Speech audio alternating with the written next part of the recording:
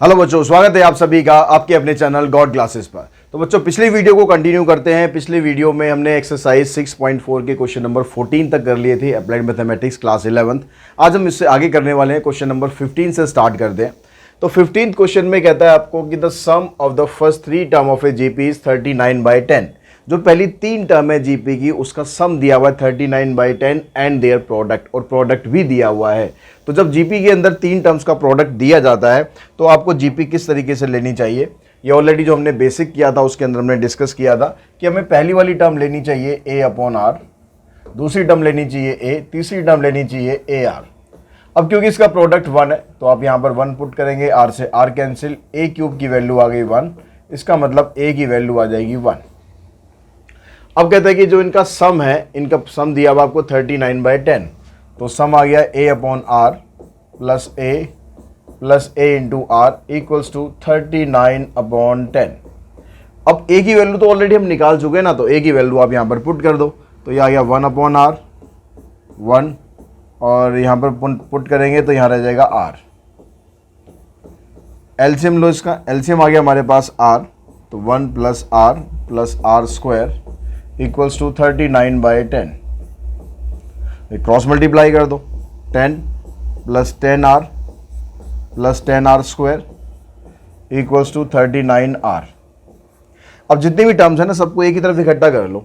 तो पहले आप लिखो 10r स्क्वायर, फिर 39 को यहाँ लाओगे, इसके बाद माइनस करोगे तो -29r प्लस में 10। अब स्प्लिटिंग मिडिल टर्म करेंगे तो मल्टीप्लाई करने पर 100 चाहिए और सॉल्व करने पर उसको -29 चाहिए। तो हमारे पास दो फैक्टर आ गए, एक -25 और एक -4। तो हमने यहाँ पर लिखा 10r स्क्वायर -25 -4। तो पहले इसमें से कॉमन निकाला हमने, 5 कॉमन आ गया, r कॉमन आ गया तो 2r -5, यहाँ से -2 कॉमन आ गया तो 2r -5। तो एक तो आ गया 5r -2 और दूसरा आ गया 2r -5। तो यहाँ से r की वैल्यू निकालते हैं, r की वैल्यू आ जाएगी 2/5, यहाँ से r की वैल्यू निकालेंगे, आ जाएगी 5/2। तो r की दो वैल्यू आ गई हमारे पास, a की एक वैल्यू थी, आपको कॉमन रेशो बतानी है और टर्म्स बतानी है। तो कॉमन रेशो 2/5 भी हो सकती है, 5/2 भी हो सकती है। अब इसके हिसाब से अगर हम चलें कि if a equals to 1 and r equals to 2/5, then तो टर्म्स क्या होंगी हमारे पास। तो पहली टर्म थी हमारे पास a/r, तो a की वैल्यू क्या है 1, तो 1 में 2/5। दूसरी टर्म क्या है a, तीसरी टर्म क्या है a इंटू में 2/5, तो ये आ जाएगा 5/2, 1 एंड 2/5, ये 3 टर्म आ गई। अब जब हम r 5/2 लेंगे तो टर्म तो यही आएगी, लेकिन सीक्वेंस उल्टा कर देना, बस इतना फर्क करना है। इफ a इक्वल्स टू 1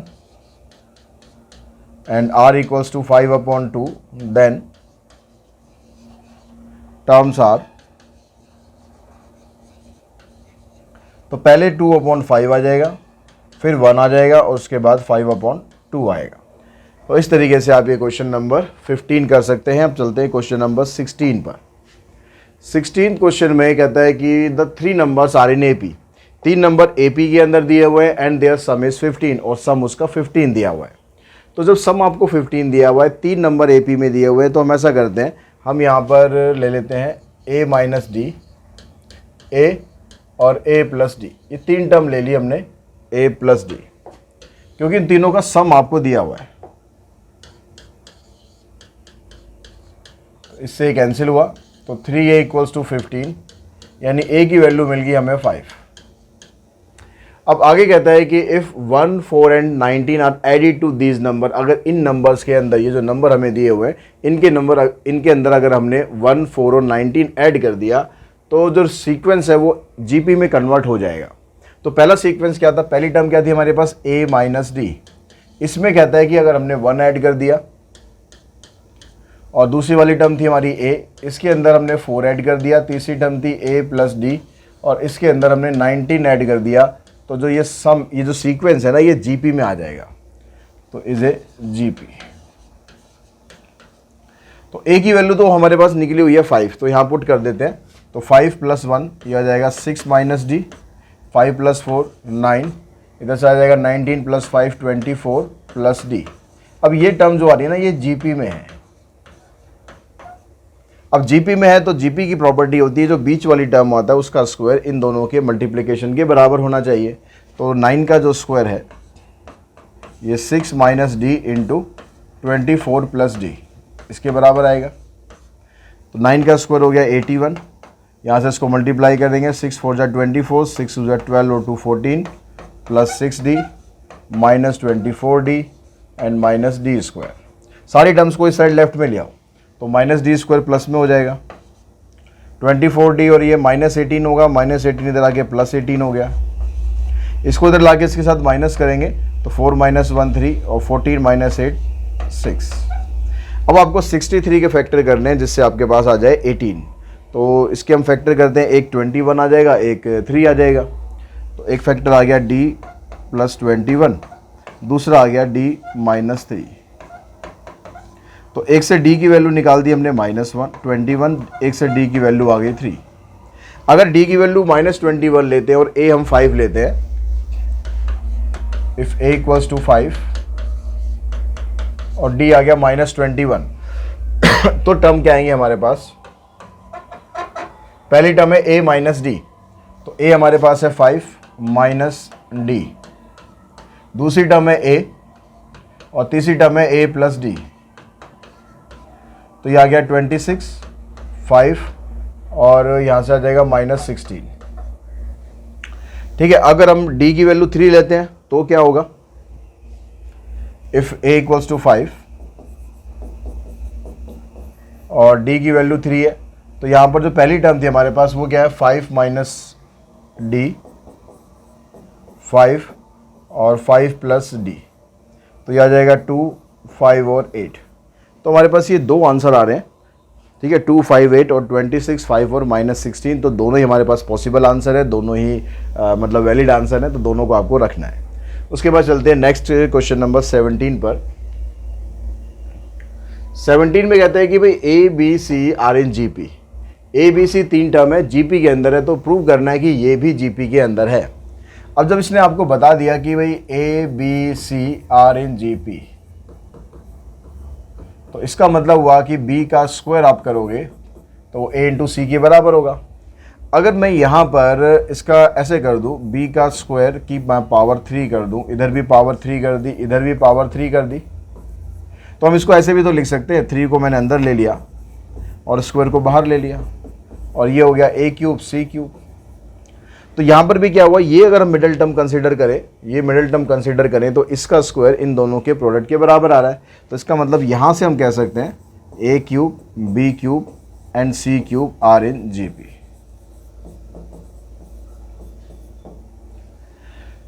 अगर अब यहाँ पर देखें, अगर यहाँ से जो मिडिल वाली टर्म है उसका स्क्वायर इन दोनों के प्रोडक्ट के बराबर आ रहा है नहीं आ रहा है, ये चेक कर लेते हैं। तो मिडिल वाली टर्म है उसका कर देते हैं स्क्वायर, AB + BC, इसका हमने करा स्क्वायर। तो यहाँ से B देखो कॉमन आ रहा है, B को आप बाहर निकाल दो, A + C, इसका करा हमने स्क्वायर। तो ये बन गया B² इंटू में A + C का होल स्क्वायर, ऐसे आ गया। अब क्योंकि B² की वैल्यू हमारे पास क्या है? AC है, तो हम यहाँ पर पुट कर देते हैं, इसको B² की जगह पुट कर देते हैं AC। अंदर आ गया आपके पास A + C का स्क्वायर। अब यहाँ पर ये आ गया आपके पास, क्या नाम ने, जो बीच वाली टर्म है उसका स्क्वायर करने पर ये आ गया। अब जो फर्स्ट और लास्ट टर्म है इन दोनों को अगर हम मल्टीप्लाई करें तो क्या ये हमारे पास आ रहा है बराबर? अगर ये बराबर आ गया तो फिर सीक्वेंस जीपी में हो गया।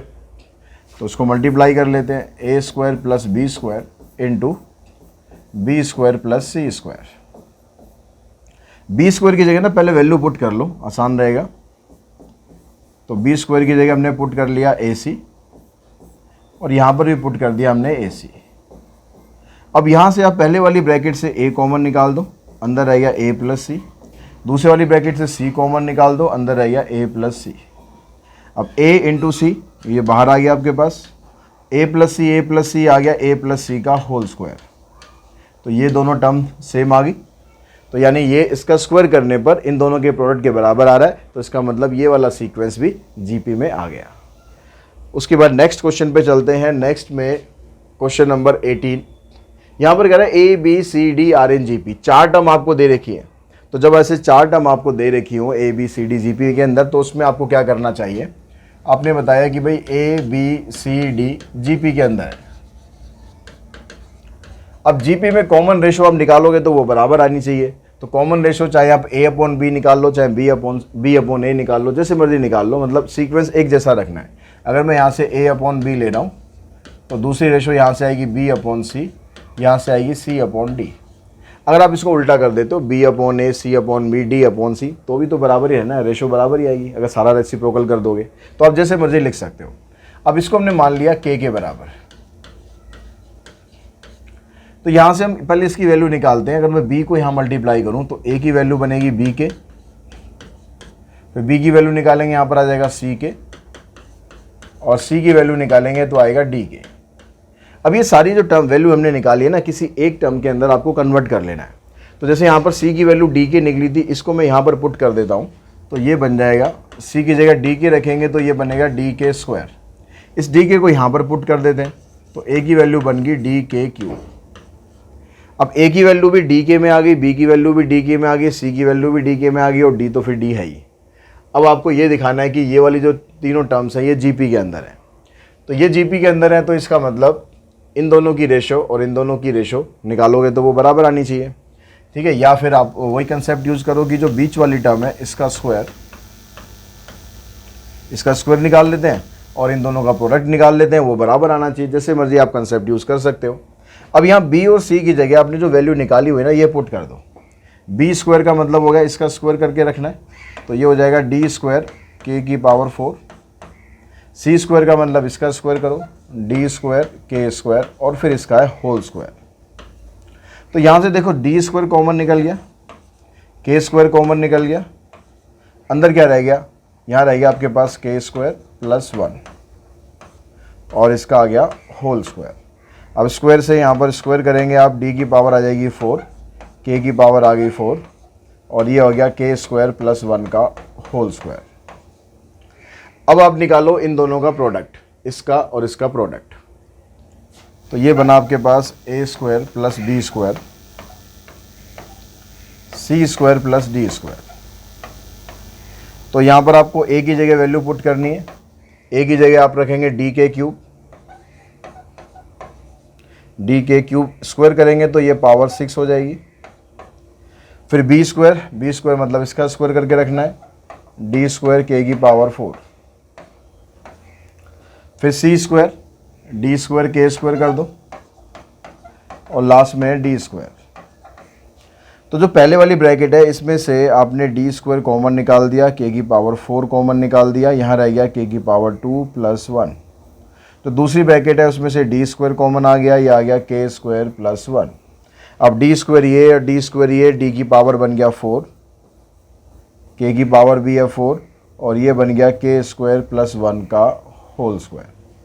तो ये टर्म और ये टर्म दोनों बराबर आ गई, इसका मतलब ये वाली टर्म जो है वो GP में है।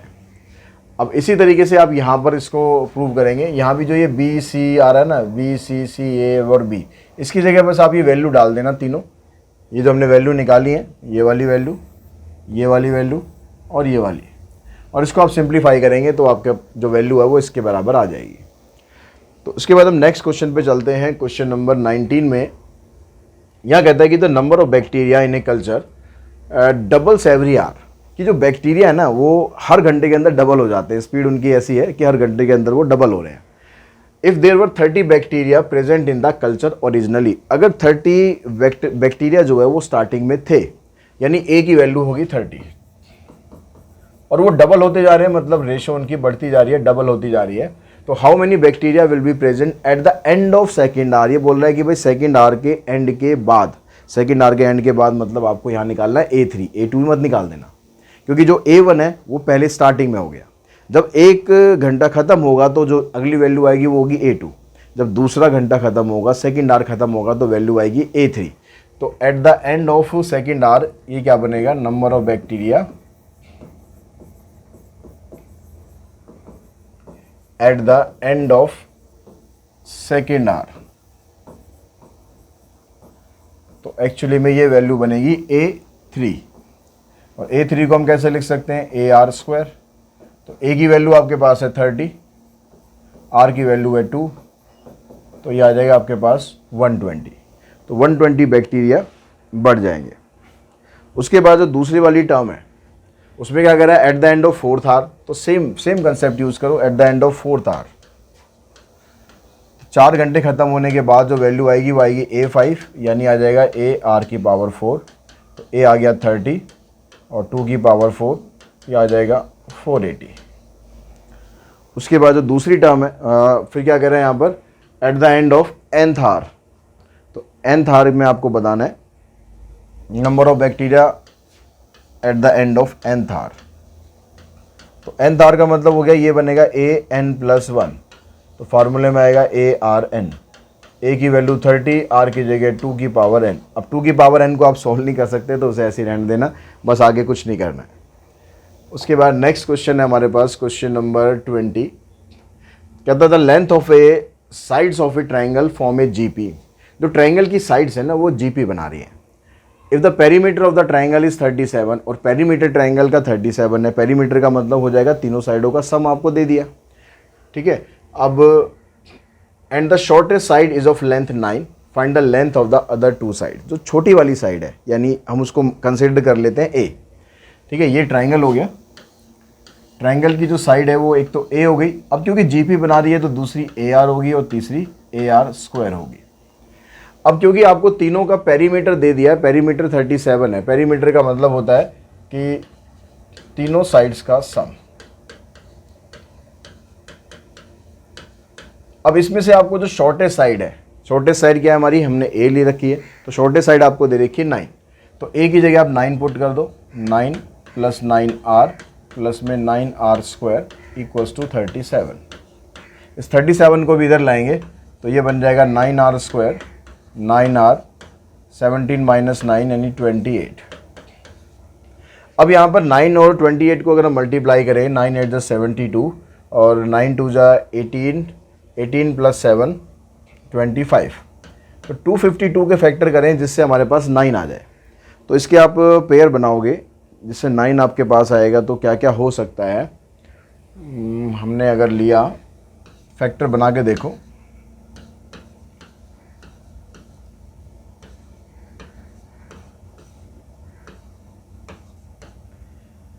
नाइन आना चाहिए हमारे पास। 3 2 = 6, 6 2 = 12, तो 21 - 12, 21 में से 12 माइनस करेंगे तो 9 आ जाएगा। तो एक फैक्टर आ गया 21, एक फैक्टर आ गया 12। पहले दो में से आप 3R कॉमन निकाल दो, तो यहाँ से आ जाएगा 3R प्लस में 7। इधर से -4 कॉमन निकालो,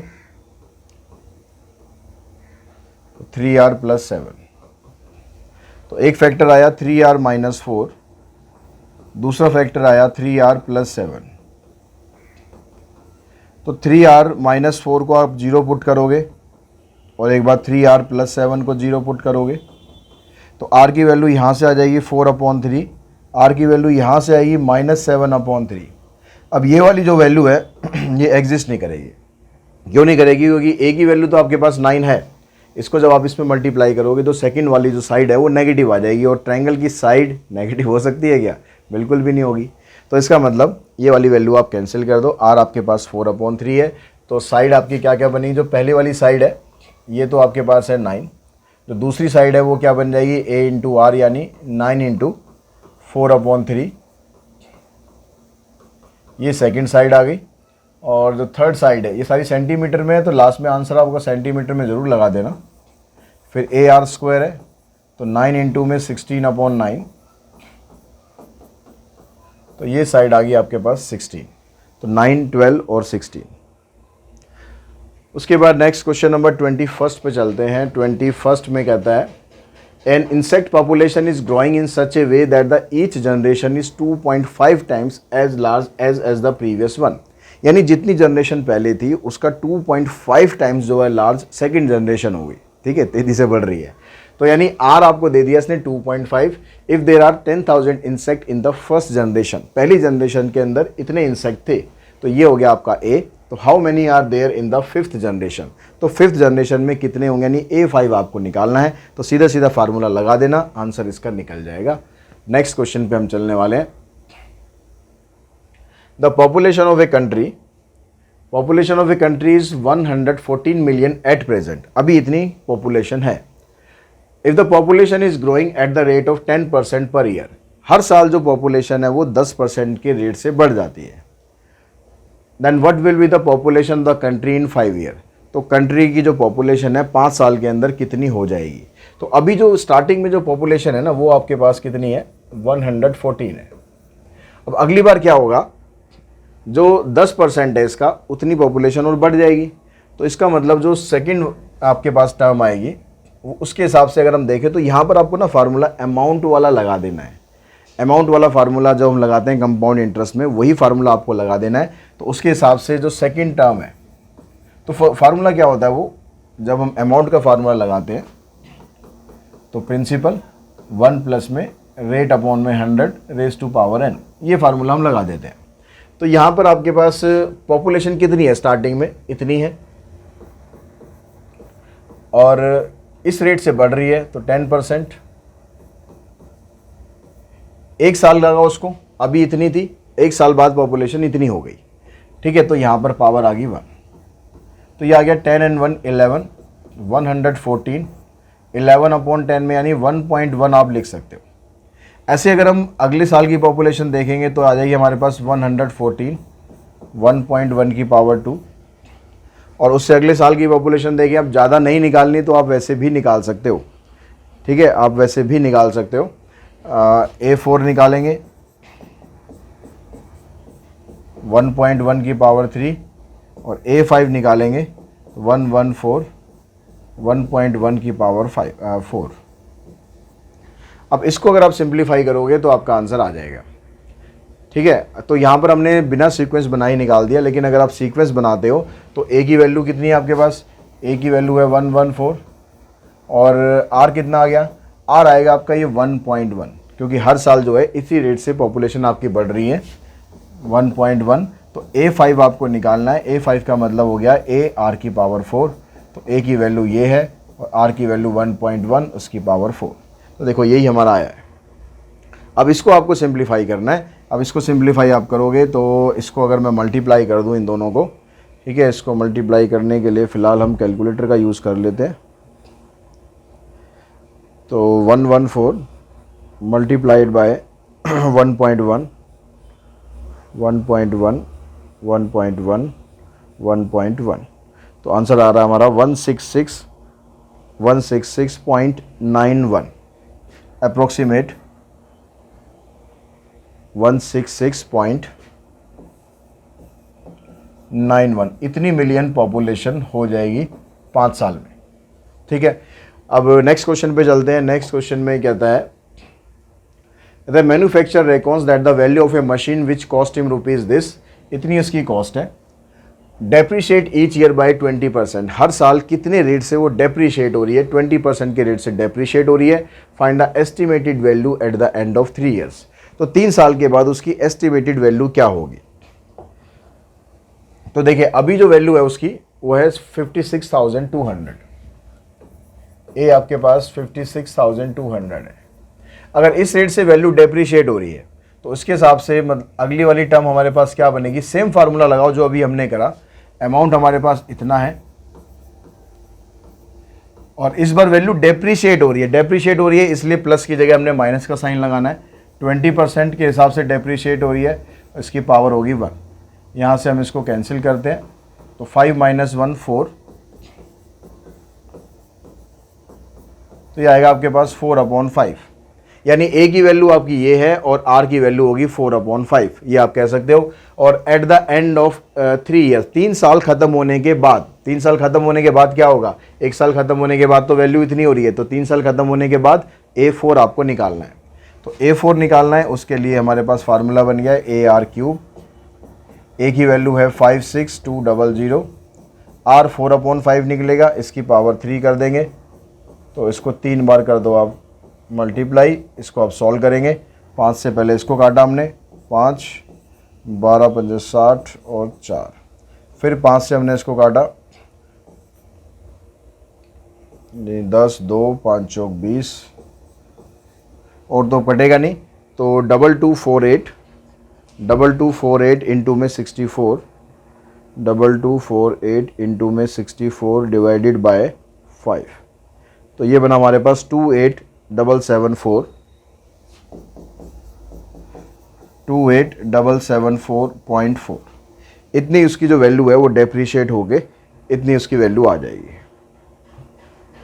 उसके बाद नेक्स्ट क्वेश्चन पे चलते हैं, क्वेश्चन नंबर 24। यहाँ कहता है Priyanka invested rupees this in account that pay 4% interest compounded annually, assuming no deposit और withdrawal are made, find how much money she would have in the account 6 year after her initial investment. Same question है जो इससे पहले वाला भी हमने किया था, बिल्कुल सेम क्वेश्चन एक ही तरीके से करना है।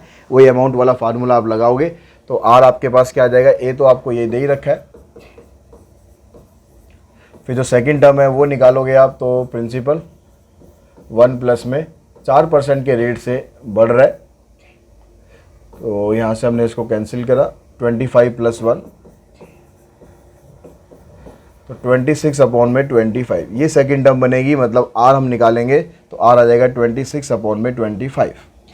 तो अब इसके हिसाब से कह रहा है कि भाई कितनी इन्वेस्ट कब का बताना है हमें, find how much money she would have in the amount 6 year after her initial investment, तो 6 साल के अंदर उसकी इन्वेस्टमेंट कितनी हो जाएगी। तो इसमें आपको क्या निकालना है, find how much money she would have in the account 6 year, 6 साल के अंदर। 6 साल के अंदर मतलब आपको यहाँ भी है A7 फाइंड करना है, तो A की वैल्यू है 1300 और ये आ जाएगा 26 अपॉन में 25, इसकी पावर आ गई 6। तो अब इसको आप कैलकुलेट करोगे, तो यहाँ आंसर आपको ऐसे कैसे छोड़ रखा है, इसने कैलकुलेट कर ही नहीं रखा है, ठीक है, तो अच्छी बात है। पावर अगर ज़्यादा आ रही है तो कैलकुलेट मत करो, बस इसको डेसिमल में लिख दिया, इसको 26 को आप डिवाइड करोगे 25 से तो आ जाएगा 1.04 और इसकी पावर आ गई 6, ये आपका टोटल अमाउंट आ जाएगा। और इसी के साथ ही जो एक्सरसाइज है वो हमने कंप्लीट करी है 6.4, और आज की इस वीडियो में इतना ही करते हैं, जल्दी मिलते हैं एक्सरसाइज 6.5 में। Thanks to all of you.